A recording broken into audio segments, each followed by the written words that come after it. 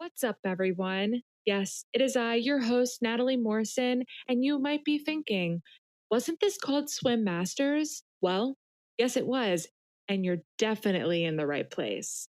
We decided that we wanted to give the podcast a bit of a makeover, and we're so proud to introduce to you Revoicing the Future, a Women of NAMM podcast. Don't worry, it's still the same content, still the same hosts. We just wanted to take this to the next level. And we're excited that you're joining us on this fantastic journey. The episode that you're currently listening to was recorded before the name change. And I just wanted to let you know that you are in the right spot. So keep on listening. Be sure to subscribe and stay tuned for all new episodes of Revoicing the Future, a Women of NAMM podcast, coming soon.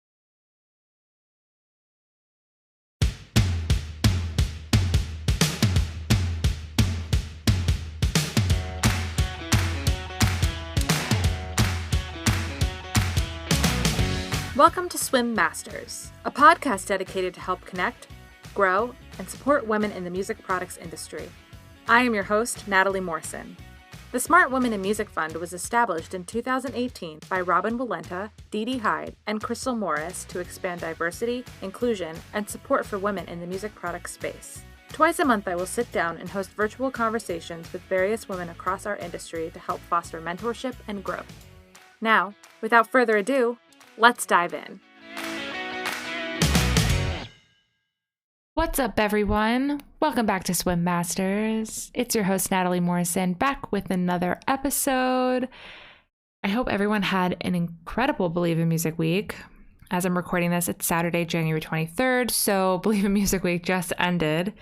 And I just wanted to take a brief moment to give a huge shout out and thank everyone at NAMM for the incredible work that they put into bringing us a sense of community and normalcy during this unprecedented time when we normally would be walking the halls at the Anaheim Convention Center together. There's no roadmap. We've never been in this situation before. And for them to put together a virtual event that so many people within the industry or who have always wanted to attend the show and have never been able to travel out to Anaheim before, giving them the opportunity to participate in some of the educational events and the speaker events and the artistry that was presented at the show. Hats off to you all. I thoroughly enjoyed it, and just congratulations and thank you for all the work that you have done to put this together for us. And I'm excited. I'm excited for Anaheim 2022. I've said it multiple times this week, and I'm excited to see what that moment is going to be like when we all congregate together again. And I know it's going to be special, and I'm very much looking forward to it. So congratulations, NAMM. Thank you guys. You are all incredible. And that's all I have to say about that. Switching it back to swim, we have an incredibly exciting announcement that this episode is themed around. Swim is really excited to announce the second annual Leadership Summit at the NAMM headquarters in Carlsbad, California. The summit is set to take place May 4th through May 7th, but if in the event that we cannot gather in person due to CDC guidelines, the event will be held in October. So you can get all of that information on the website. But applications are open, and they are open through February 20. I'm looking at my computer. February 28th. So you have until February 28th to submit an application. And I thought that this would be a really great opportunity to have you get to know the executive coach behind the summit that we have worked with in the past. Her name is Dr. Jennifer Hall, and she worked with the inaugural class in 2020, and she continues to host coaching sessions with them each month for, I think, about 6 months. And she also is working with some of our swim scholars who have attended the NAMM show through the scholarship opportunities that we have for women in the industry. So if you're interested and would like to learn more about what you can expect from the summit, or you haven't heard about the summit and you're tuning in for the first time, I think this is a great opportunity to kind of open that door for you and hopefully inspire you to submit an application. I certainly learned a lot from my conversation with Dr. Jen, and I'm very excited for the next class of summit attendees to get together. So, with that said, if you are interested in applying and learning more about the summit, please visit our website, www.smartwomeninmusic.org, to apply and gather all information. And if you do have any questions, please do not hesitate to reach out to us. We'll be happy to assist you. So with that being said, let's get into it.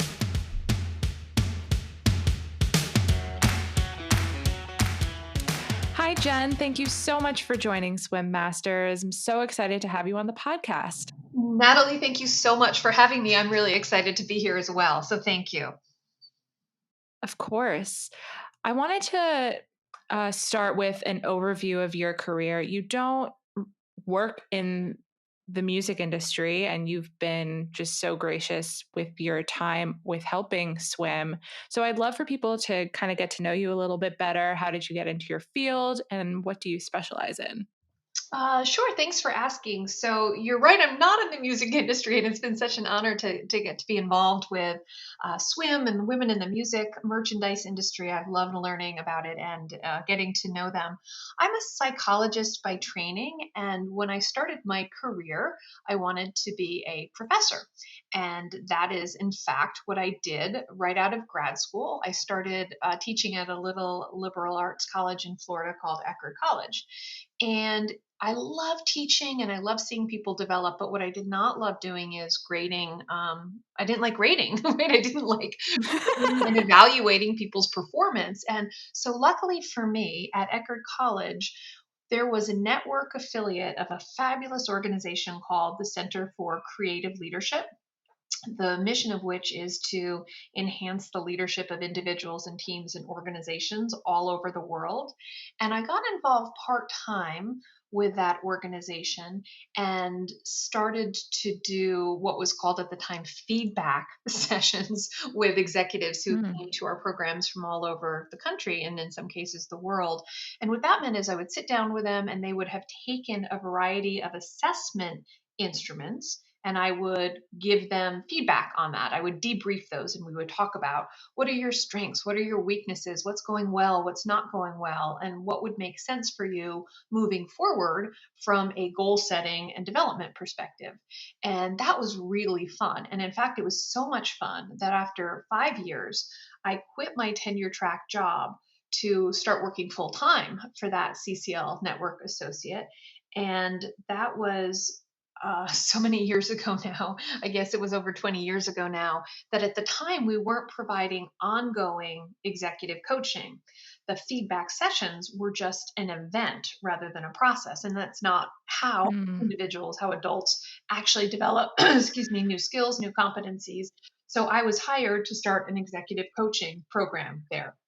So I kind of made it up as I went, and I've been doing coaching and leadership training for the past 20 plus years. At one point, I went to Colorado Springs to work for the Center for Creative Leadership itself, leading their group of coaches. And eventually, I came back to Florida, where I was at the college and where I am still now.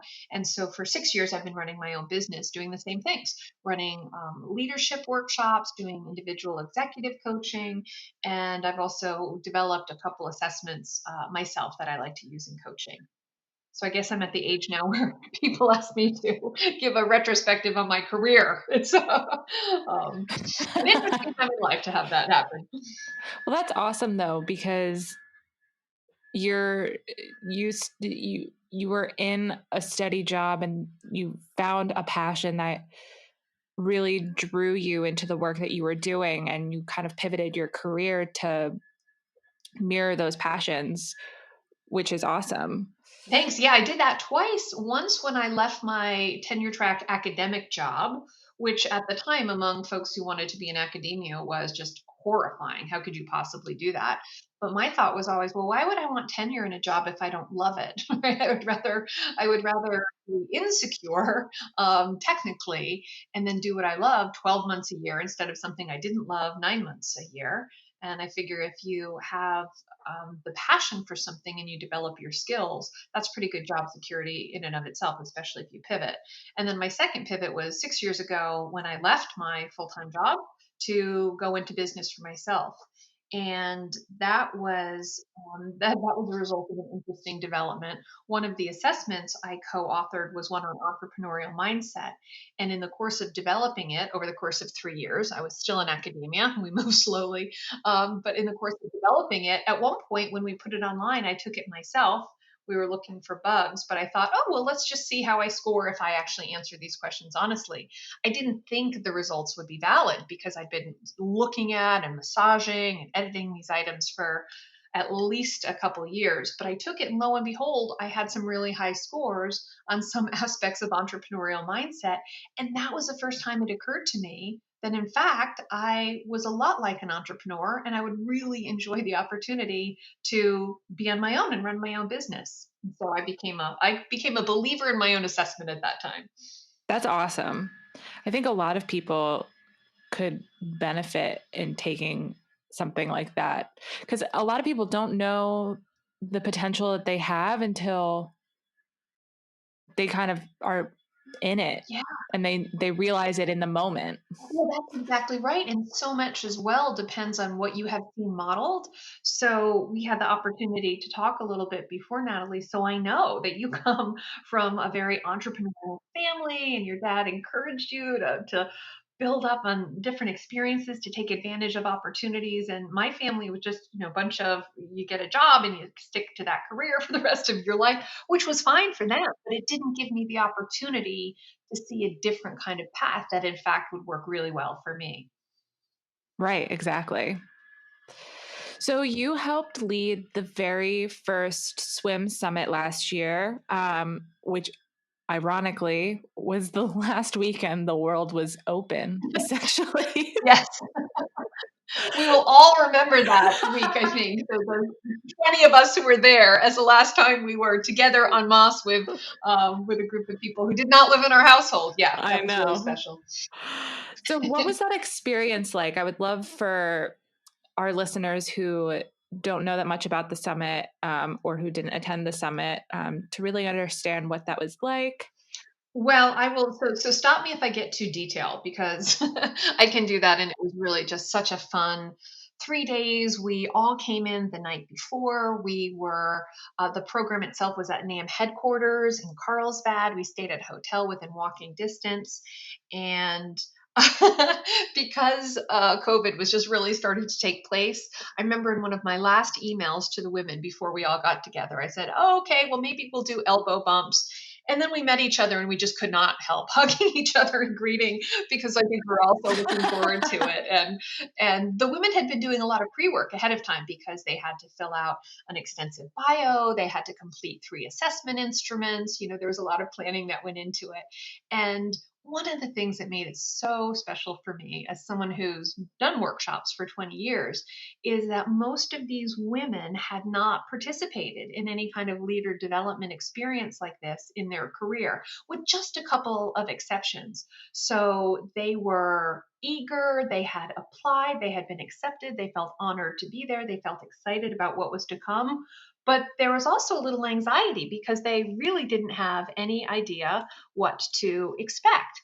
And so that's fun for me because if people come in already very senior in their careers, they can have a little bit of been there, done that. We always end up having fun. But I loved the openness and the wonder of the women who joined the summit. So we spent the next 3 days together doing a wide variety of experiential activities in which they tried to solve unique problems together. They were fun, they could be challenging, they could be frustrating. Then I gave them back the results of their assessment instruments, which always had an application to leadership. So, for example, one of the very first assessments that we talked about was looking at their strengths. And so that was a great way to start off, I think, understanding what they were uniquely talented at, what gave them energy, and then conversely, what did not give them energy and what they didn't feel good at. Because I think that there's not enough emphasis on trying to figure out Right. what really energizes and excites you. Because when we do what we're naturally good at or what we could be good at with a little bit of work, we just tend to be so much more effective than when we're working at things that we're not really good at. I mean, that sounds so obvious, but that's typically not the way that leaders have been developed traditionally. Typically, we try and figure out what you don't do well and then make you do a lot more of that, which really is so counter intuitive if you think about it. So one of the assessments was about strengths. Another one was what's called a 360 assessment. And that was very new for the vast majority of these women. So not only did they report on their leadership capabilities, but their colleagues did as well. So we would, for example, if you were to take a 360, Natalie, you would ask your direct supervisor, right? How is Natalie at these 100 leadership competencies? Which ones are strengths, which ones could she work on? We'd ask your colleagues, and then we put it all together into a report that you got to read. And so it's really powerful yeah, it's really powerful to see what your colleagues Wow. think of your strengths and weaknesses because we don't hear that too often.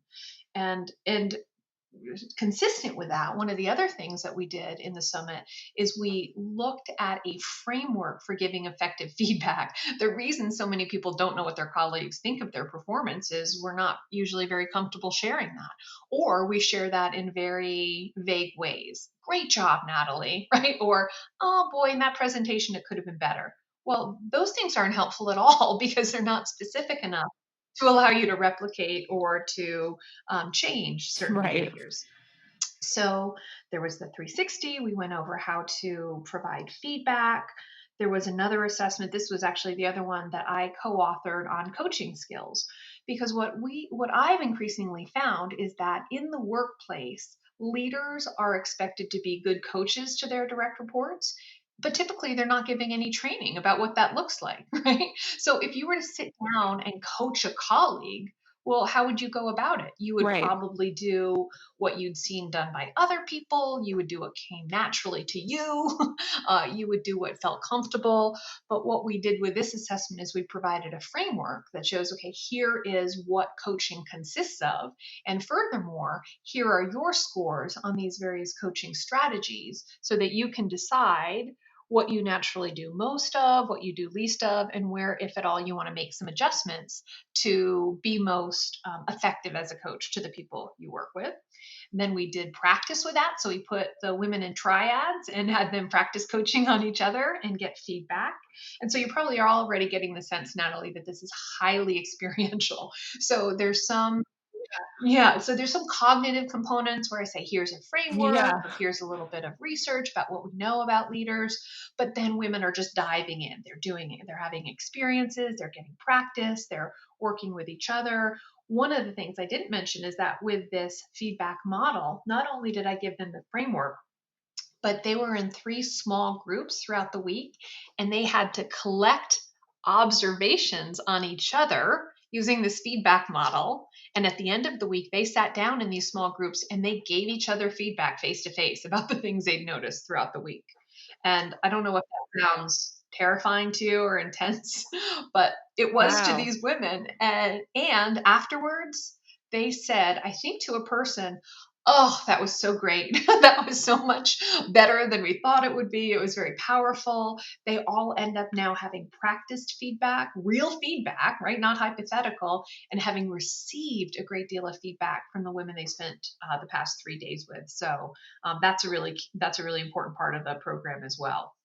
That's incredible. And I I can't stop thinking about that 360 module that you were talking about Yeah. because I love how you're involving the company and how the company is honestly wow, I can't think of the word, but engaged in your leadership and your growth as Yes.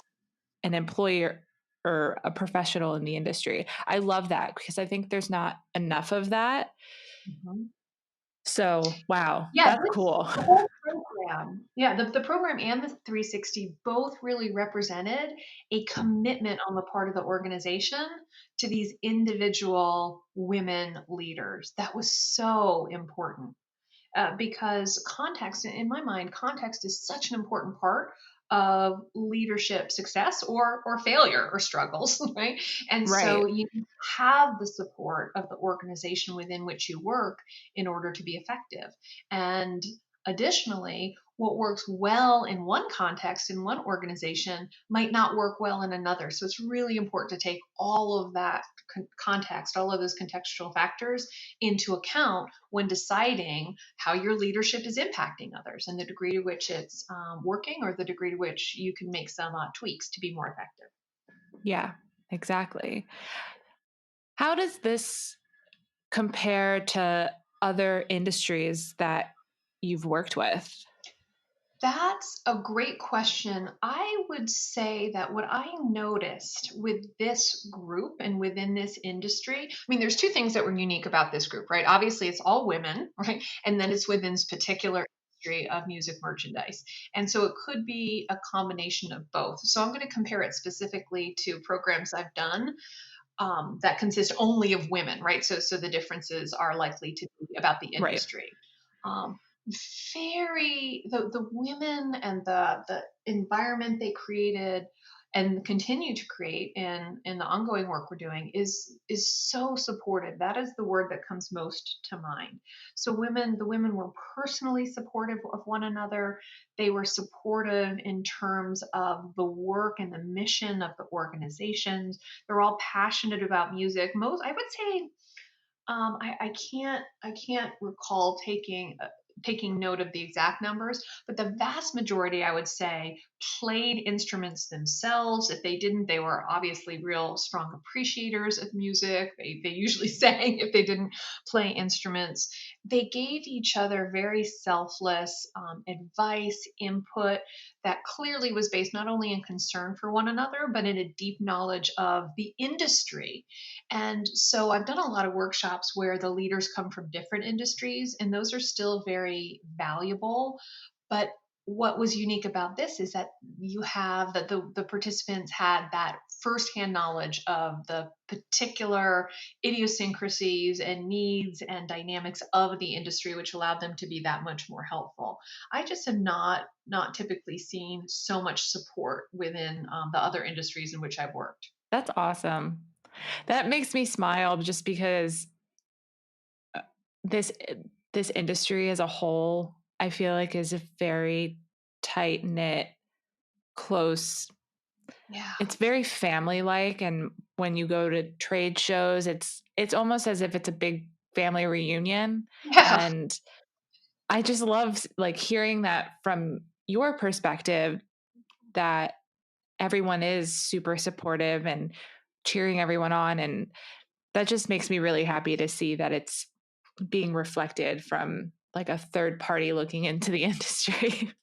It absolutely is reflected. And I think another important component is, and hopefully this word doesn't sound too hokey, but there's really a sense of joyfulness in this industry. Mhm. So I've Yeah. worked with folks in, energy, financial services, insurance, and there's often in those kinds of industries not so much of a sense of a calling as there is that I've noticed in the music merchandise industry, right? So folks are working on um, products, on processes, on services that really bring them joy, that bring their customers joy. And it's not as if that's not true in any other industry, but I really feel it here in a way that I don't in every industry I work in. That's amazing. Oh, I love that.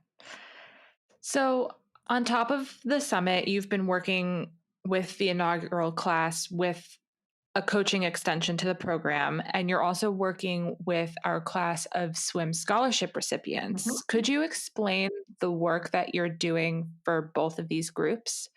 Sure. So I'm really enjoying this so much. So the swim co-captains after the summit in the midst of the pandemic decided that they wanted to continue to support the women who had gone through the summit to ensure that it wasn't just a nice event and there was a lot of learning and a lot of insights and relationships were created, but other than the relationships, the notebook, it's not really a physical notebook so much anymore as digital, the metaphorical notebook goes on the bookshelf, never to be touched again. They wanted to make sure that didn't happen because that is, frankly, a danger of some live, in person leadership events. They wanted it to be a process. They wanted it to be a living, breathing thing. And so, with the summit group, what we did is we invited everyone who was able to participate, and we divided those 13 women into two small groups, and each one of the groups is meeting once a month for 2.5 hours each for a group coaching session. And the structure of those coaching sessions is this: first of all, everyone updates each other on what's happened since the last time we talked. And then two or three women in each session bring questions to the group. So, for example, they might say, well, I'm really struggling with this one direct report, and here's why. And then the other women listen, they ask questions, they seek to understand at a deeper level, and then they provide their thoughts, their perspectives, their input. And they never come from a place of giving heavy handed advice, as in, you should do this, but here's something I might try, or here's something that's worked for me in the past, or, oh, I can't help but wondering if there's really a bigger issue here and how that relates to the organization. And then that woman leaves the session with all kinds of new ideas and perspectives about how to tackle this question. And sometimes it's a challenge, like the example I just gave, right? But sometimes it's an opportunity, like, oh, I've been given an opportunity to add another team under my scope, and I'm not sure if I'm up for it. And that's the kind of question that could also be brought to the group. And then in the last part of the group, we have been revisiting topics or assessments that we covered in the summit. So, for example, I told you about that feedback model. 1 month, as we were wrapping up, maybe we said, okay, we revisited our strengths profile and we talked about the degree to which the women in the group had used their strengths since March, the degree to which they wanted to apply new strengths moving forward. And then I said, okay, next time we're going to review the feedback model. And so you're going to have a little homework. I want each one of you to write down an observation that you could turn into feedback from one of your colleagues. And then we're going to come and we're going to practice it in the session. So we get to revisit then either content from the summit to make sure that they're continuing to revisit it, refresh themselves, and apply it. So it doesn't just go in that metaphorical notebook on the shelf. And then sometimes we cover new content. So the Swim Summit alumni are having 6 sessions each. And then with the scholars, who have all been given scholarships to a NAMM show because of their successful applications and their promise, we are doing coaching groups every other month with that group. And it's been delightful to meet those women. I hadn't had the chance to work with them before. And no one ever misses a session. They are fully engaged. When I give them homework, they do it, and they show up, and some of them knew each other before and some of them did not. They certainly didn't have that same experience as the summit alumni did, but I see that same support and commitment and kindness and candor. One of the women in one of the groups, I think it was a summit group, said to me, I think it was last week when we had our most recent coaching session, she said she was just so grateful to the swim co-captains for making it happen, because she felt like she was internalizing the learning from the summit in a very new way, given the chance to continue practicing it. So I think it really has been very useful and has made a significant difference, and they're really valuing it.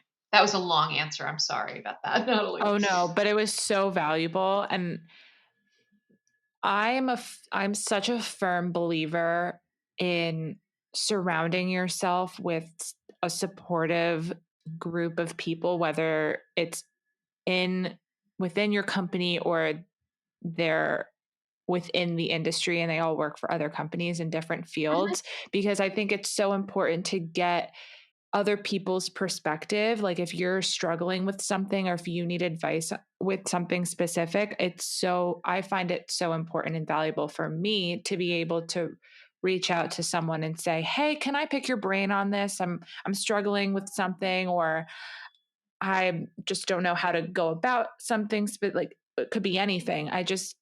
It makes me really happy to see that this work is continuing and we're building these spaces and these communities for our women in this industry to really have that support system. I think that is such a good point, and it demonstrates not only that you have a growth mindset, right? Which is knowing that, well, we don't have all the answers, especially given how complex and rapidly changing the world is right now, right? No matter how much we study or how hard we work, we cannot possibly have all the answers. We can't possibly always have the right perspective.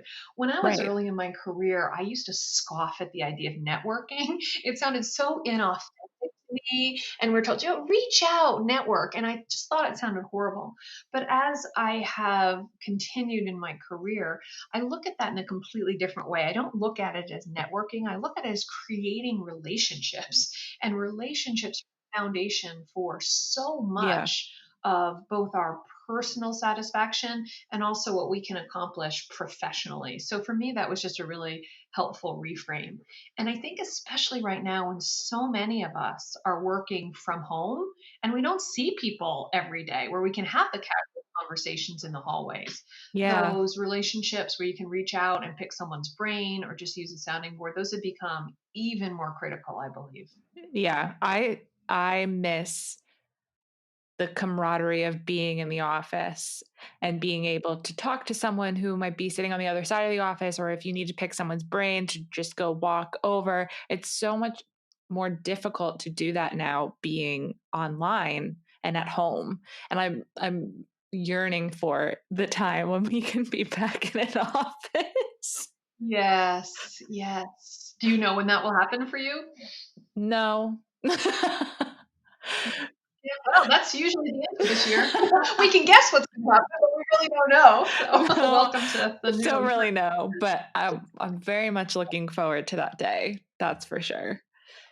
So, for our listeners, with everything that we've talked about so far, why should they apply to attend the summit? What can they take away from the experience? What I think they will take away from the experience are many, many things. And I don't like to oversell. I kind of like, as I mentioned before, I alluded to before, I like people to come in with reasonable expectations so we can exceed those. But what I would say is for anyone who wants to learn more about herself, who wants to up their game, her game, their game, who wants to develop really meaningful, profound, lasting relationships. Now I feel like I'm overselling, but this is, I will tell you, this is what the attendees will say has happened with them and for them. Then I would highly recommend that they consider applying. I am encouraging everyone to apply because I just think it's so important for any woman in the industry to participate. So, And what I would say is that in this kind of experience, it's not business as usual. I will challenge you to go outside your comfort zone. You'll be seeing data about yourself. It will be very introspective. Some people naturally enjoy that more than others, but there will be learning. And I can also assure you it is fun. So we work hard during the day, but we laugh a lot. We laugh with each other. We laugh at ourselves. In the evening, there are social events. Oh my gosh, the women had so much fun last year. And I did as well. I tended not to go out with them at night just because I needed to, right. I needed to get ready for the next day and take care of my introverted needs. But they went out late. They went to dinner. They had fun. This year, we're going to build in a little bit more downtime for the other introverts like me who have time to reflect on it all, write down their feedback observations. But I really see no downsides of applying and only upsides. Yeah. Well, for those who are listening, I will have the link to the application in the description below. And then you can also go to the SWIM website to apply. And applications close at the end of February. So Do it. I want to see you. Whenever it is that we're going to meet, I want to see you. You all were my last. This industry was the last. This workshop was the last I did before working from home constantly since March. And I want you to be the next group that I spend 3 days with live. Didn't I say I don't like to oversell? I feel like I just did exactly that. But I do hope that I know I've been listening to your podcast, Natalie. You do a great job, so I'm sure a lot of folks will listen to this. And I just want to personally invite you to apply, and I will look forward to really getting to know and work with 16 of you, I hope. Natalie, are you going to apply? I might. Oh, interesting. Okay. I hope I haven't given away too much to you. No, but I seriously encourage anyone who is interested in applying. So thank you so much, Jen, for taking the time to talk about the work that you do and the summit and all the experiences that you've been providing SWIM within the past year. And I'm really looking forward to seeing how this progresses, and just, thank you for your time. Well, thank you for having me. You can tell I'm very passionate about this work. I really enjoyed the opportunity to talk about it and to get to know you, Natalie. Thank you. Thanks for listening to this episode of Swim Masters. Don't forget to follow us on social media, including Facebook, Instagram, and LinkedIn, to stay up to date on all new things swim. We'd love it if you'd share and leave us a review. If you would like to learn more, please visit www.smartwomeninmusic.org. This episode was co-produced and edited by Stephanie Lamond and Natalie Morrison. See you next time.